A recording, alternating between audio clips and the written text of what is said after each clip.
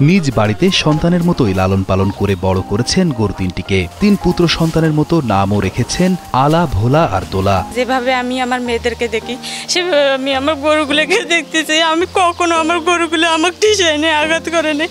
আমার একটা ছোট বাচ্চা গরুর সামনে যায়, কখনো গরুটা তাকে বলায় নাই বা কিছু করে নাই।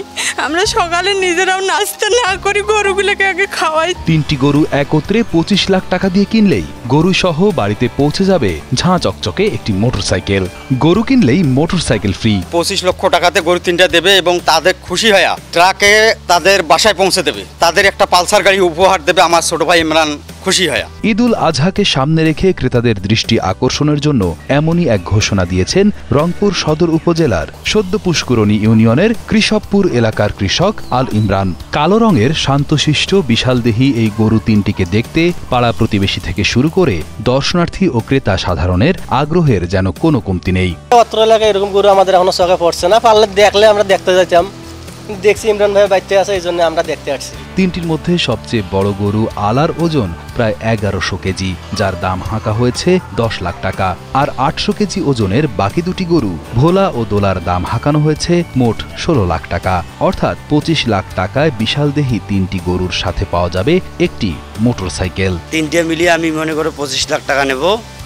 আর যেদিন কোনো বড় বিজনেসম্যান আছে যারা 10টা 15টা কুরবানি করে, তাদের জন্যে আমি গরু ট্রাকে করি তার বাড়িতে পৌঁছে দেবো, বাসায় পৌঁছে দেবো। আর খুশি একটা আমি পালসার গাড়ি থাকতে। 3টার নাম রাখছে আলা, ভোলা, দোলা। আলার ওজন হচ্ছে 1200 কেজি, আর ভোলার ওজন হচ্ছে 150 কেজি, দোলার ওজন হচ্ছে 900 কেজি। গরুর মালিক ইমরানের ভাষ্য, অভাবের সংসারে খামারি হওয়ার স্বপ্নে নিজের বাড়িতেই লালন পালন শুরু করেন গরুগুলোকে।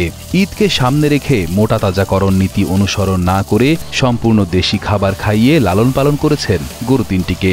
এছাড়া এই 3টি গরুই উপজেলার সবচেয়ে বড় গরু বলে দাবি তার। গরুগুলো আমার বাড়ির বাছুর সম্পূর্ণ। বাড়ির বাছুর আমার এর মাগুলো ওইদিকে বান্ধা আছে। আমি 1 বিঘা জমি লিজ নিছি, লিজ নিয়ে ওইখানে ঘাসানি খেলে আর সম্পূর্ণ খেয়ার বাড়ির খেয়ার মোটা সুপর ভুসি খেলেই মায়া। তো আমি মনে করো কোনো সময়ের জন্য 1 ঘন্টা বাইরে থাকতে পারি নাই। এই 3টে গরু লালন পালন করতেছি। 1 ঘন্টা কোনো টাইমের মধ্যে আমি বাইরে থাকতে পারি নাই। মনে করো ভেবাভেবি করে ঘাসটা আনি দেই, যত্ন মানে 3-4 বেলা করে গোসল করাই। এদিকে জেলা প্রাণী সম্পদ কর্মকর্তা ডাক্তার এনামুল হক জানান, জেলায় এবার ইমরানের মতো 25,000 খামারির ঘরে কোরবানির জন্য 3,59,485টি পশু পালন করা হয়েছে। তাই জেলার চাহিদার চেয়ে প্রায় 30% বেশি পশু আছে বলে দাবি এই কর্মকর্তার। আমাদের এই রংপুর জেলায় আমাদের উৎপাদিত পশু, গবাদি পশুর সংখ্যা 3,59,000। এর মধ্যে আমাদের চাহিদা হচ্ছে 2,20,000। আমাদের উদ্বৃত্ত 1,39,000।